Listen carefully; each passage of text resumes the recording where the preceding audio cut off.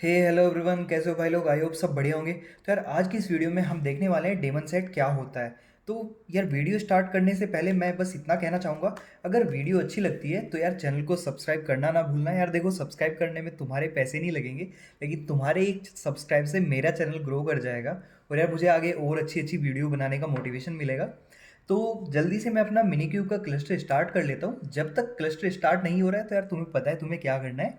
Channel के नीचे, video के नीचे तुम्हें सब्सक्राइब का बटन दिख रहा होगा, जल्दी से जाना है, उस पर क्लिक करना है और वापस से यहाँ पे आ जाना है। ठीक है, हम अपने मिनी क्यूब को स्टार्ट होने देते हैं। तब तक हम चलते हैं अपने ब्राउज़र में और यहाँ पे मैं डालता हूँ एक्स कैलीड्रो। तो थोड़ा ना हम समझ लेते हैं डेमन सेट होता क्या है। अगर यार देखो थ्योरेटिकल नहीं समझना है तो कोई नहीं, वीडियो को आप स्किप कर सकते हो, डायरेक्ट प्रैक्टिकल वाले पार्ट पे जा सकते हो। अब यार ऐसे समझो, ये बड़ा सा एक मेरा क्यूबरनेटिस का ना क्लस्टर है। मैं यहाँ पे लिख देता हूँ के 8S क्लस्टर। ठीक है, अब ये क्लस्टर हो गया। अब ये जो क्लस्टर है ना यार, इसके अंदर ये मल्टीपल नोड्स हैं। नोड 1, कंट्रोल सी वी, ठीक है, इन्हें कॉपी पेस्ट डालते हैं। और ये आपकी नोड 2 और ये नोड 3। ठीक है, यार देखो ये 3 नोड्स हो गई। मैं एक बार नाम लिख देता हूँ। जो नोड 1 है, ठीक है, इसे ऐसे समझो, ये एक EC2 हो गया आपका AWS का जो EC2 होता है ना, वैसे ही टाइप से कंट्रोल CV। और ये दूसरा जो आपकी नोड 2 है, ये दूसरा EC2 सर्वर हो गया आपका। और इसे फिर से कॉपी कर लेता हूँ मैं। और ये आपका तीसरा EC2 सर्वर हो गया, नोड 3। ठीक है, अब ये समझो ये क्यूबरनेटिस का क्लस्टर है और उसके अंदर ये 3 नोड्स हैं, या फिर अब ऐसे समझो 3 EC2 इंस्टेंसेज हैं, EC2 सर्वर है। अब इनके अंदर क्या है ना, पोर्ट्स रन हो रहे हैं, पोर्ट्स। अब मतलब पोर्ट्स के अलावा काफ़ी और भी काफ़ी चीज़ें होती हैं, पर बस ऐसे समझो पोर्ट्स रन हो रहे हैं। जो स्मॉलेस्ट यूनिट होती है, कोई भी एक कंटेनर जो रन होता है जिसके अंदर, तो उसे पोर्ट्स बोलते हैं हम क्यूबरनेटिस में। पहले की वीडियो में समझाया हुआ है। अभी बस ऐसे समझो ये कुछ एप्लीकेशन ना आपकी चल रही है इसमें, और ये ना हर एक उसमें चल रही है। ठीक है, इसमें भी चल रहे हैं पोर्ट्स और इसमें भी चल रहे हैं। अब तीनों में कुछ ना कुछ चल रहा है। अब हमें क्या करना है, हमें ना इन पोर्ट्स की मॉनिटरिंग करनी है। अब क्या होता है, ये जो एप्लीकेशन है, ये कुछ लॉग्स जनरेट कर रही होगी। ठीक है, ये वाली भी कुछ लॉग्स जनरेट कर रही होगी। ये मैं एक यूज केस बता रहा हूँ, ऐसे बहुत से यूज केस हो सकते हैं। आपको मॉनिटरिंग करनी है, मतलब लॉगिंग करनी है या फिर मॉनिटरिंग करनी है। तो अब कैसे करोगे? अब ये जो नोड्स हैं, ये जो नोड है यार, ये तो डायनेमिक है ना। ये डिलीट हो गई, चली गई। अब मान लो वापस से ये नोड आई। अब वापस से नोड आने के बाद क्या होगा, मैं दोबारा इस पर डिप्लॉय थोड़ा ना करूँगा। अब सपोज ऑटो स्केलिंग हो गई। ठीक है, यहाँ पे एक और नई नोड आ गई, ये मैं डाल देता हूँ। ये एक और नई नोड आ गई। अब क्या होगा, इस पे फिर से मैं डिप्लॉय थोड़ा ना करूँगा। समझ रहे हो ना बात को? तो अब उस केस में मैं क्या करता हूँ, मैं ना यहाँ पे चलाऊँगा, लिख देता हूँ मैं डेमन सेट। ठीक है, DAEMONSET, डोरेमोन सेट नहीं, डेमन सेट। ठीक है, अब ये जो डेमन सेट होगा ना, इसे लिख देते हैं। ये इस नोड के अंदर भी चलेगा, ये यहाँ पे, ये आपका इस नोड के अंदर भी चलेगा अपने आप। आपको बस एक जगह डिप्लॉय करना है, और इस नोड के अंदर भी चलेगा। और इसके अलावा जो आपकी नई नोड आई है ना, इसके अंदर भी ये सेम डेमन सेट अपने आप चलेगा।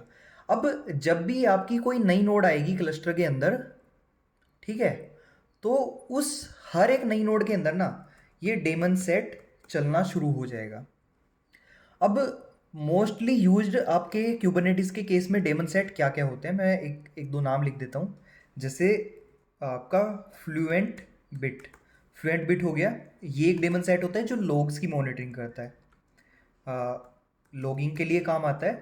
इसके अलावा आपका दूसरा होता है क्यूब स्टेट एमिट मैट्रिक्स।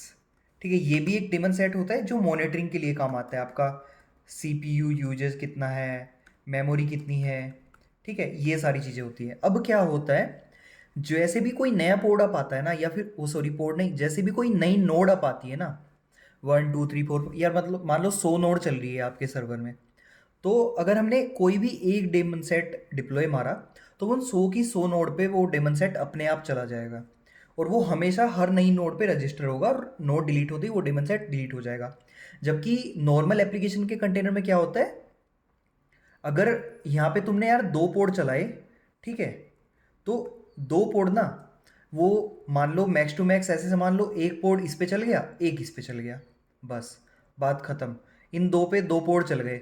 अब बाकी की जो 98 नोड बची, या फिर जितनी भी नोड बची, ठीक है, उन पे कुछ नहीं चलेगा, वो खाली रहेगी। लेकिन डेमन सेट के केस में ऐसा नहीं है, डेमन सेट हर नोड पे चलेगा, हर एक नोड पे। तो यार ये था हमारा डेमन सेट। अब मैं ना जल्दी से वापस आता हूँ, वो वापस देखो यार, ये मेरा मिनी क्यूब स्टार्ट हो गया है। अब मैं स्क्रीन को क्लियर कर लेता हूँ। एक बार ना मैं नोड्स की लिस्ट दिखा देता हूँ। क्यूब CTL गेट नोड्स, ठीक है, ये देखो यार, अभी ना मेरे पास एक नोड चल रही है, इसे समझो एक EC2 सर्वर चल रहा है। तो अगर मैं मिनी क्यूब नोड लिस्ट भी करूँ तो एक ही नोड आएगी मेरे पास। ये देखो एक नोड आ रखी है ना। अब क्या करता हूँ मैं जल्दी से ये दिखा देता हूँ फोल्डर स्ट्रक्चर। मैंने एक डेमन सेट का फोल्डर बनाया हुआ है, उसके अंदर मेरी ये फाइल पड़ी है, एनजिनिक्स डेमन सेट। मतलब अभी तक हम क्या कर रहे थे, हम एनजिनिक्स को एज ए एप्लीकेशन चला रहे थे। आज हम एज ए डेमन सेट चला के देखेंगे इसको। तो मैं VI करता हूँ यार यहाँ पे, एनजिनिक्स हाइफन डेमन सेट। तो यार ये देखो, ये छोटी सी मेरी YML है, और उसमें ये दिख रहा है kind equal to daemon set. बस ये डिफाइन करना होता है, जैसे हम करते थे ना, kind equal to deployment, kind equal to replica set, या फिर काइंड इक्वल टू, आप क्या करते थे उसमें, बताओ भाई, सोचो सोचो सोचो। वैसे मैं भी सोच रहा हूँ। तो जैसे और चीज़ें करते थे, काइंड इक्वल टू जैसे रेप्लिका हो गया, ठीक है, डिप्लॉयमेंट हो गया, या फिर सर्विस हो गया, तो वैसे ही kind equal to daemon set कर दिया हमने, तो अब ये एज ए डेमन की तरह चलेगा। बाकी सब कुछ आपका वही सेम रहेगा कि API का वर्जन दे दिया आपने, यहाँ पे इसका मेटा डेटा दे दिया कि किस नेम स्पेस के अंदर जाना चाहिए। हमने नेम स्पेस डिफाइन किया है यहाँ पे मॉनिटरिंग, और उसका नाम क्या होगा, एनजिनिक्स डिप्लॉयमेंट होगा। इसकी स्पेक्स दे दी यहाँ पे, मैच लेबल अभी इसकी रिक्वायर्ड नहीं है, ठीक है। तो यहाँ पे आते हैं, जैसे स्पेक में यहाँ पे कंटेनर्स में क्या दिया हमने, ये इसका नाम, कंटेनर का नाम एनजिनिक्स रहेगा, जो पोर्ट के अंदर चलेगा, उसकी इमेज क्या होगी, लेटेस्ट इमेज होगी, और जो पोर्ट होगा 80 होगा। इन सब चीज़ों पे ध्यान नहीं देना है। जो मेन फोकस है हमारा यहाँ पे है, काइंड इसका डेमन सेट है। तो मैं escape:/q नोट, ये गिटअप की रेपोजिटरी का मैं लिंक आपको अपने यूट्यूब के डिस्क्रिप्शन में दे दूंगा, आप वहाँ से ये कोड उठा सकते हो। वैसे वहाँ से भी उठाने की ज़रूरत नहीं है। अगर ऐसे नहीं करना है तो आपके पास मल्टीपल ऑप्शन है, आप चैट GPT पे आ सकते हो, और GPT को बोल सकते हो give me simple daemon set YML for Kubernetes. तो ये कोई भी एक सिंपल YML दे देगा, या फिर जब तक चैट GPT सर्च कर रहा है, तो हम यहाँ भी सर्च कर सकते हैं डेमन सेट क्यूबरनेटिस। तो आपकी मर्जी है यार, कहीं से भी कर लो। ये देखो क्यूबरनेटिस की ऑफिशियल डॉक्यूमेंटेशन है, यहाँ पे भी इसने बता दिया डेमन सेट कैसे बनता है, और ये इसने सिंपल सी फ्लुएंट डी के साथ इसने अपना एग्जाम्पल दिया है कि काइंड इसका डेमन सेट होगा, और जो कंटेनर आप यूज़ करोगे ना, कंटेनर इमेज, वो आपकी फ्लुएंट बिट की होगी, फ्लुएंट डी की होगी। तो ये थोड़ा कॉम्प्लेक्स हो जाएगा आपके लिए, इसलिए मैंने सेम एनजिनिक्स ही लिया है। एनजिनिक्स को एज ए कंटेनर चलाएंगे, एज अ डेमन सेट चलाएंगे, क्योंकि हम प्रीवियस वीडियो में भी एनजिनिक्स का ही एग्जाम्पल ले रहे हैं। तो जैसे देखो कि चैट GPT ने भी दे दिया, इसने भी सेम ही चीज़ दी है। तो ठीक है यार, इसे अभी आगे देखते हैं करके। अब इसके बाद मैं क्या करता हूँ, वापस से यहाँ पे आता हूँ, और कुछ भी अप्लाई करने से पहले मैं यहाँ पे एक दो चीज़ें दिखा देता हूँ। क्यूब CTL गेट NS, या फिर आप लिख लो नेम स्पेसेस। तो आप यहाँ पे देखोगे मेरे पास मॉनिटरिंग नाम का कोई भी नेम स्पेस नहीं है। मैं करता हूँ kube CTL get daemon set hyphen hyphen all hyphen namespaces. तो ये देखो यार, अभी ना क्यूब सिस्टम जो डिफ़ॉल्ट आपके मास्टर प्लेन का होता है, वो इसे इग्नोर कर दो क्यूब सिस्टम, ये इसके साथ हमें कुछ भी छेड़छाड़ नहीं करनी है, इसको छेड़ना भी नहीं है। तो क्यूबरनेटिस अपने लिए क्यूब सिस्टम का डेमन सेट चला रहा है जो हर एक नई रजिस्टर्ड नोड पे ऑटोमेटिक चलना शुरू हो जाएगा। पहले हम इसका एग्जांपल लेते हैं, इससे समझते हैं। एक और चीज़ दिखाता हूँ, -o वाइड।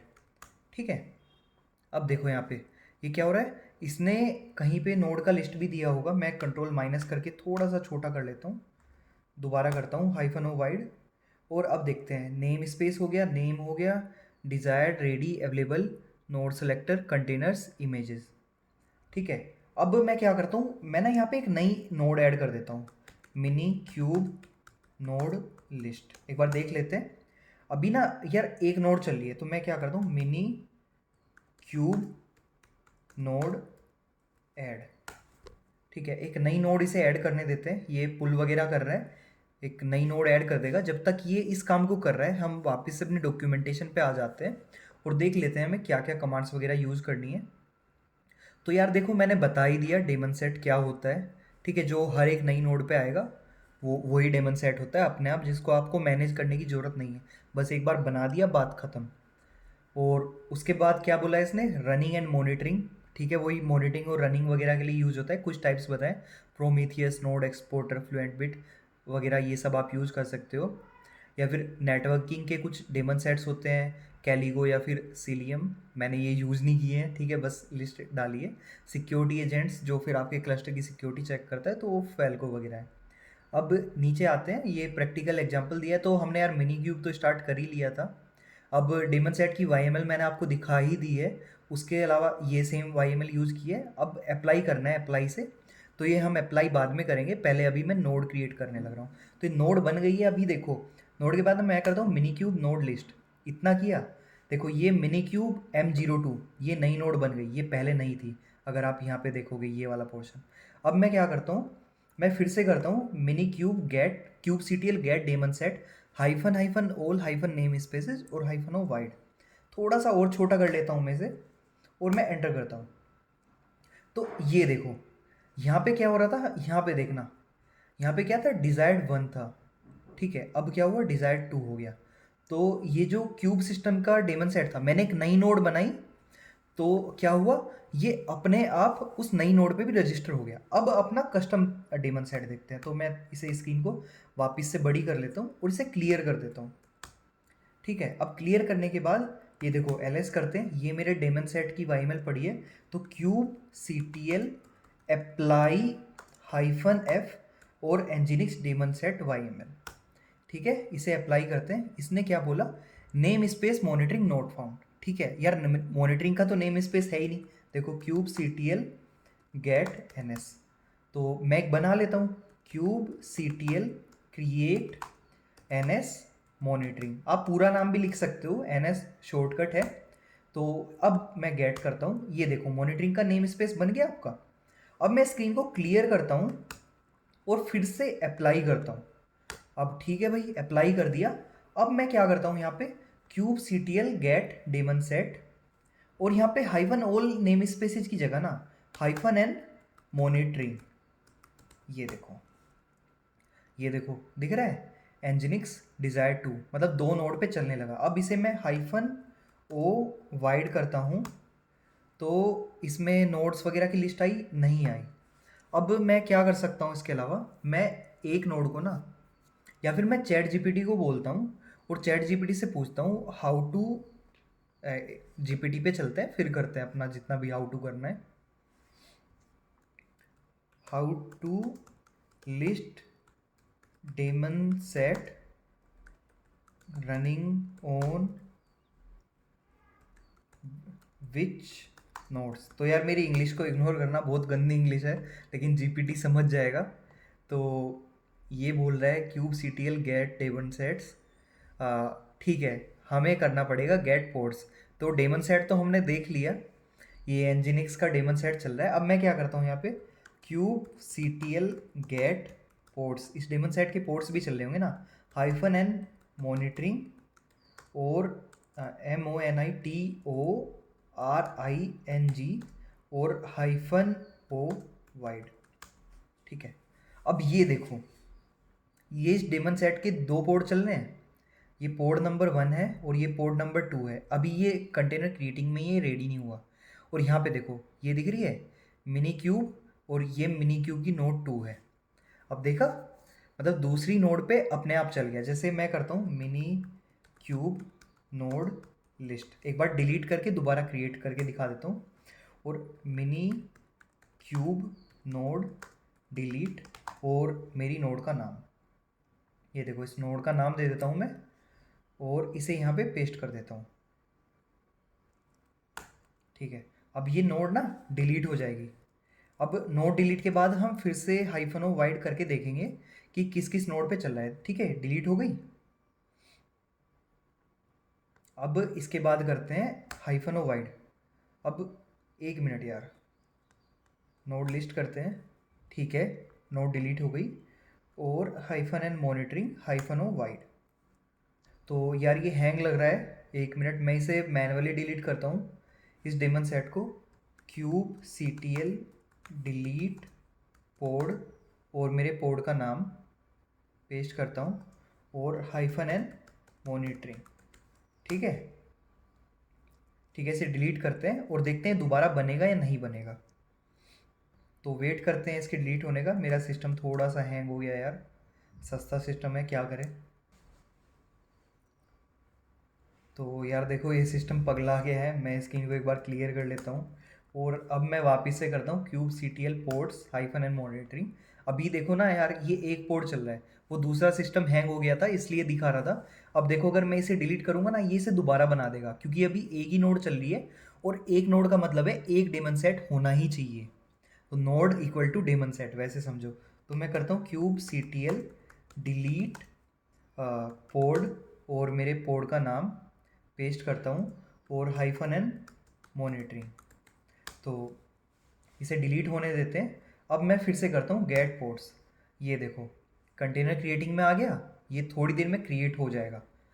अब ये देखो ये रन आ गया अपने आप। अब मैं क्या करता हूँ, एक और नोड फिर से ऐड करता हूँ, फिर देखना यहाँ पे एक और कंटेनर आ जाएगा।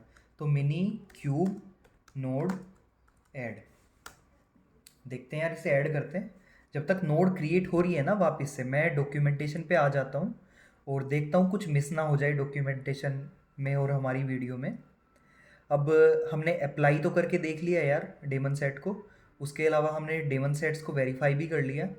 हमने पोर्ट्स भी गेट करके देख लिए, हमारी हर एक नोड पे हर एक पोर्ट रन होने लगा डेमन सेट का।